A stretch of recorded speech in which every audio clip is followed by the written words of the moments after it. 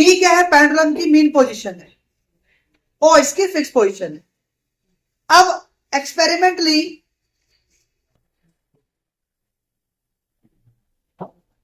आपको जो मैं बॉडी दे रहा हूं वो एक स्फेरिकल बॉडी है, एक मेटेलिक स्फेरिकल बॉडी, इसे कहते हैं बोब। क्या कहते हैं? Bob, Bob. उसके ऊपर हुक लगा हुआ है, उस हुक से आप थ्रेड को हैंग कर लोगे, ठीक है। यहां पर कोई भी फिक्स पॉइंट पर आप इसको फिक्स कर दोगे, और इस बॉब की जो हाइट है ग्राउंड से, चाहे आप इसको टेबल पे रखो, स्टूल पे रखो, कहीं भी रखो स्टैंड को, लेकिन पेंडुलम की जो बॉब है उसकी जो हाइट है वो ग्राउंड से 0.5 सेंटीमीटर या 1 सेंटीमीटर से ज्यादा ना हो। जितना बॉब ये ग्राउंड के क्लोज रहेगा उतना ही ऑब्जर्वेशन आपका करेक्ट आएगा। तो कोशिश करें 0.5 या 1 सेंटीमीटर के बीच आप इसकी हाइट को रखें। क्लियर?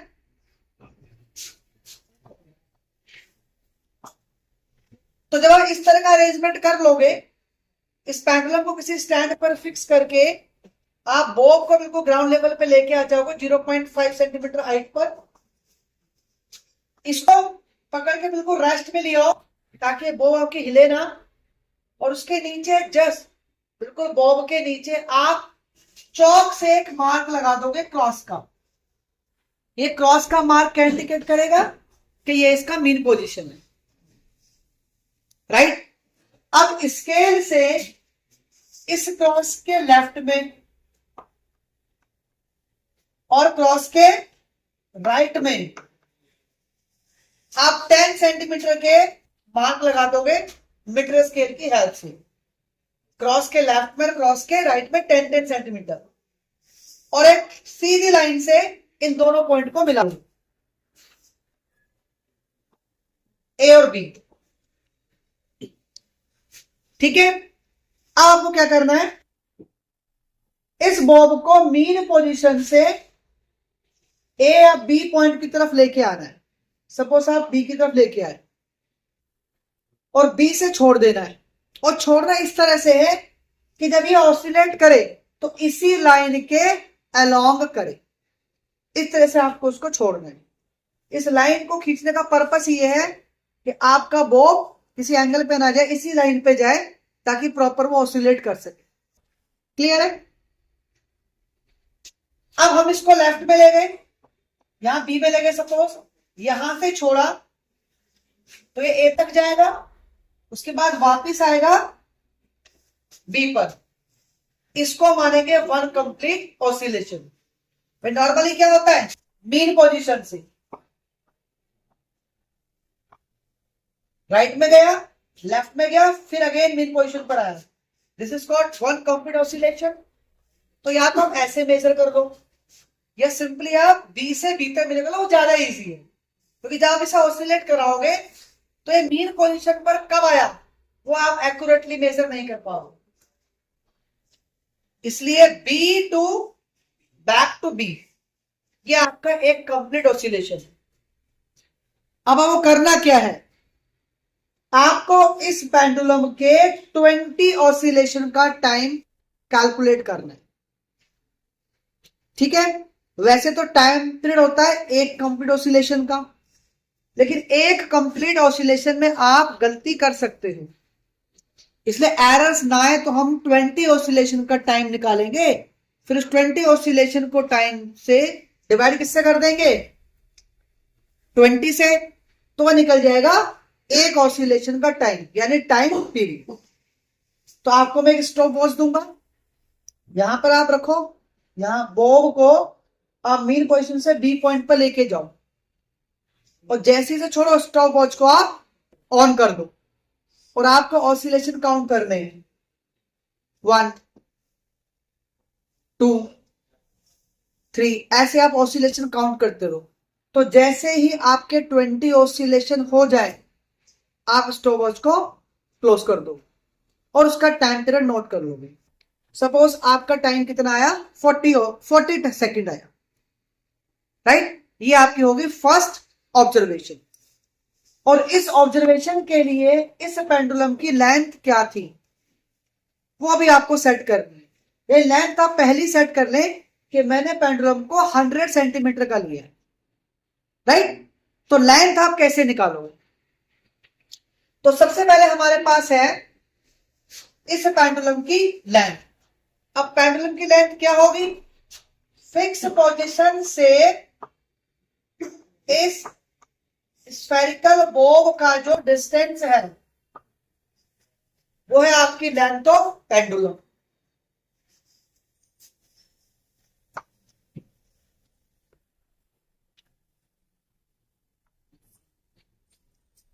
जब हम थ्रेड को बांधेंगे तो हमें सिर्फ यहां से यहां तक का पता होगा, पॉइंट ए से बी तक का। इसको हम स्मॉल एल मान लेते हैं। इस हुक की हाइट को हम मान लेते हैं एच, और बॉब का रेडियस हो गया आर। इसका मतलब टोटल लेंथ क्या हो गई? L plus H plus R, जिसमें कि जो आपका एच प्लस आर है ये तो फिक्स रहेगा, क्योंकि ना तो हाइट बदलेगी हुक की ना ही रेडियस बदलेगी, सिर्फ क्या चेंज होगा? Small L. तो सबसे पहला काम क्या है? जैसे आपको बॉब मिले आप बॉब का रेडियस निकालो और इस हुक की लेंथ निकालो। अब रेडियस कैसे निकालेंगे? हमने एक्सपेरिमेंट किया था वर्नियर कैलिपर का, जिसकी हेल्प से हम स्फेरिकल बॉडी का रेडियस निकाल सकते हैं, ये सब जानते हो। तो वर्नियर कैलिपर से हम स्फेरिकल बॉडी का निकालेंगे पहले डायमीटर, उसके बाद निकल जाएगा इसका रेडियस। सपोज करो आपका रेडियस आ जाता है 1.2 सेंटीमीटर, राइट। अब ये जो 1.2 सेंटीमीटर रेडियस आ गया, इसके बाद इस हुक की हाइट को मेरे को सिंपली स्केल से कितनी आती है? 1 सेंटीमीटर। इसका मतलब h प्लस आर कितना हो गया? 2.2 सेंटीमीटर। ये तो फिक्स हो गया। अब अगर आपको पेंडुलम की लेंथ को 100 करना है, सपोज करो अगर आपको लेना है पेंडुलम की length L is equal to 100 centimetre, तो 100 सेंटीमीटर में से आप 2.2 तो पहले ले चुके हो। इसका मतलब आप जो थ्रेड लोगे वो कितना लोगे?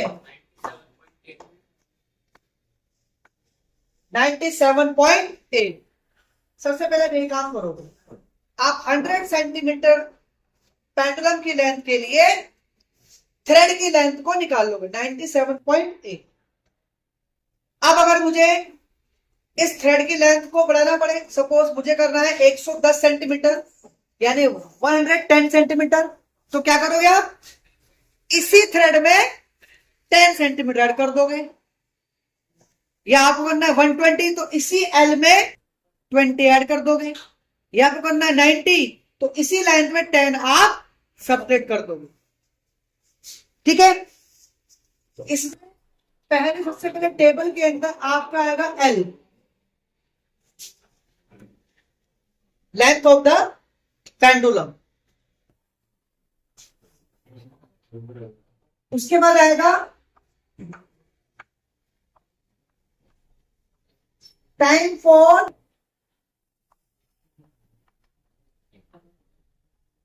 20 ऑसिलेशन। इसमें 3 कॉलम आएंगे,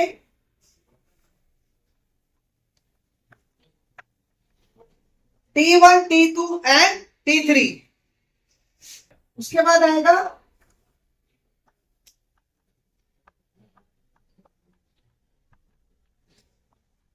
टाइम पीरियड T। ये आप कैसे निकालोगे? इन तीनों का पहले मीन निकालोगे,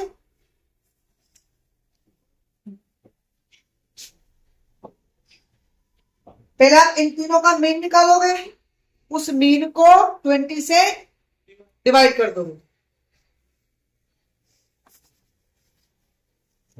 तो यहां पे आ जाएगा टी मीन, इन तीनों का मीन।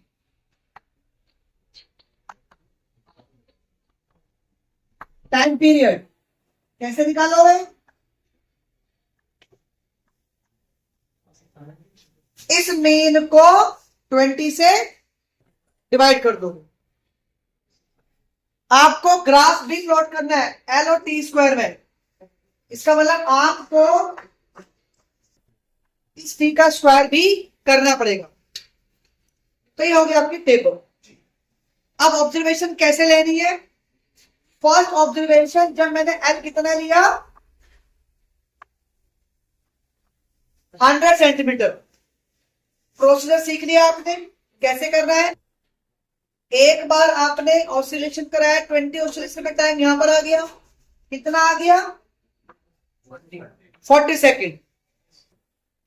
दोबारा करना, हो सकता है कुछ गलती हो गई हो, तो एक ग्रुप में 4 या 5 बच्चे रहेंगे, एक एक करके देखेंगे। दोबारा करो। सपोज अब कितना आ गया 39। मैं जो आपको स्टॉपवॉच दूंगा उसमें सेकंड के साथ मिली सेकंड भी आ रहे होंगे, आपको सिर्फ सेकंड के लिए निकालना है। एक बार फिर मेजर किया,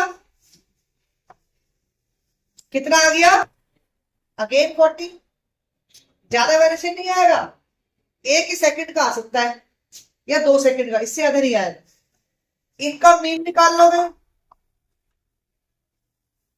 अप्रोक्सीमेट 40। 40 डिवाइड बाय 20 कितना हो गया? क्योंकि हम जो पेंडुलम लेके चले क्या है वो सेकंड पेंडुलम, तो उसका टाइम पीरियड क्या आना चाहिए, इसका स्क्वायर हो गया 4। क्लियर है? ये हो गई फर्स्ट रीडिंग। अब सेकंड कैसे निकालोगे? आप लेंथ को चेंज करोगे, कितना 110, 110। Again do the same process, right. आपको लग रहा है एक्सपेरिमेंट बहुत लंबा हो गया है, तो नहीं।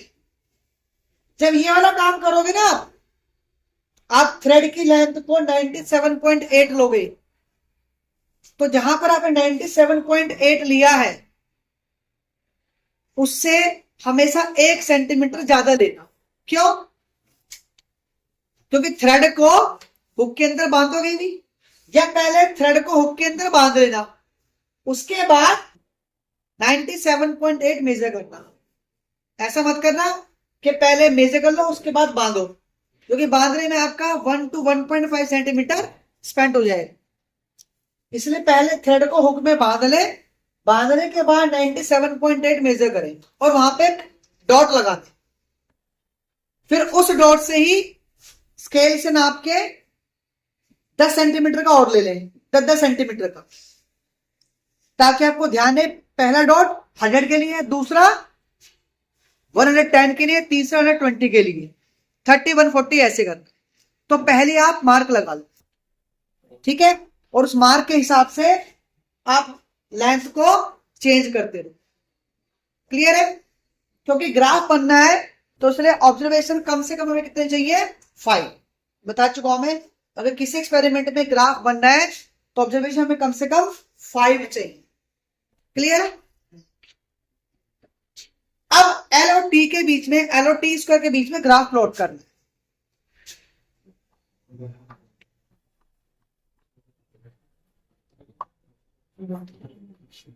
और इस ग्राफ से भी हमें सेकंड पेंडुलम का टाइम निकालना है। एल आएगा एक्स एक्सिस के अकॉर्डिंगली और टी स्क्वायर आएगा वाई के तो, और जो आपका एल होता है बेटा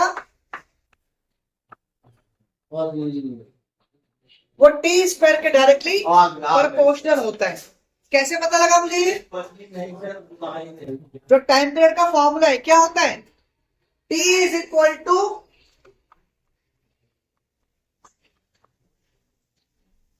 2 pi root of L upon में जी। तो यहां पे स्क्वायरिंग बोथ साइड करेंगे, यहां पर हो जाएगा T square 4 pi square L divide by ji.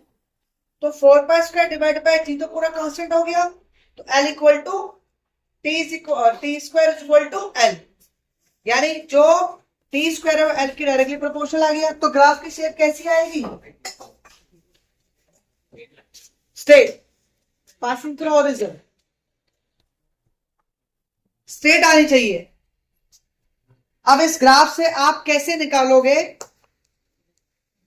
Second pendulum की लेंथ? आपको क्या निकालना है? सेकंड पेंडुलम की लेंथ।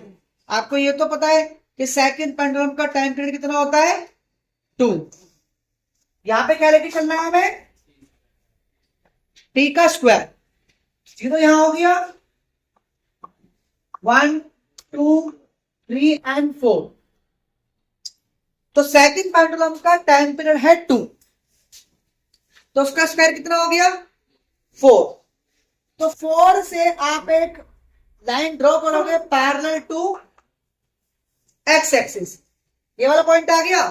इस पॉइंट के लिए आप एल को कैलकुलेट कर लोगे। तो ये जो एल है आपकी, ये लेस देन 100 सेंटीमीटर आनी चाहिए। बेसिकली आपको ग्राफ में क्या दिखेगा कि 100 आ रही है, 100 नहीं होती है। अगर जी की वैल्यू आप 10 पुट करते हो, उस केस में एल की वैल्यू क्या आती है? 100। बट अगर जी की वैल्यू आप 9.8 पुट करते हो, तो जो एल की लेंथ है वो 100 नहीं आएगी, 98 पॉइंट समथिंग आएगी। ठीक है, इसलिए ग्राफ में आपको लगेगा कि 100 के आसपास है तो 100 लिख दो, नहीं, आपको रेट उसे मेजर करना है कितना आ रहा है, 99 आ रहा है या 98 आ रहा है। तो जो भी आपकी लेंथ आएगी एक्चुअल आनी चाहिए 98 पॉइंट समथिंग। अगर किसी की 100 आ भी रही है, 100 किसकी आएगी? जिसका टी स्क्वायर एग्जैक्टली 4 आ रहा होगा। इतना एक्यूरेट तुम्हारा आएगा नहीं, क्योंकि तुम्हारा जो टी स्क्वायर है वो आ रहा होगा क्या? 3.98 3.97 इस तरह से आएगा जब आप प्रैक्टिकल करोगे। तो जब आपका टी स्क्वायर 4 नहीं आ रहा, तो आपका एल 100 कैसे आ सकता है? इसलिए लेंथ 100 से कम हो। तो एक्सपेरिमेंटली आप सबसे पहले कैलकुलेट करोगे time period of second pendulum, उसके बाद ग्राफ की हेल्प से आप सेकंड पेंडुलम की लेंथ को कैलकुलेट करोगे। क्लियर है?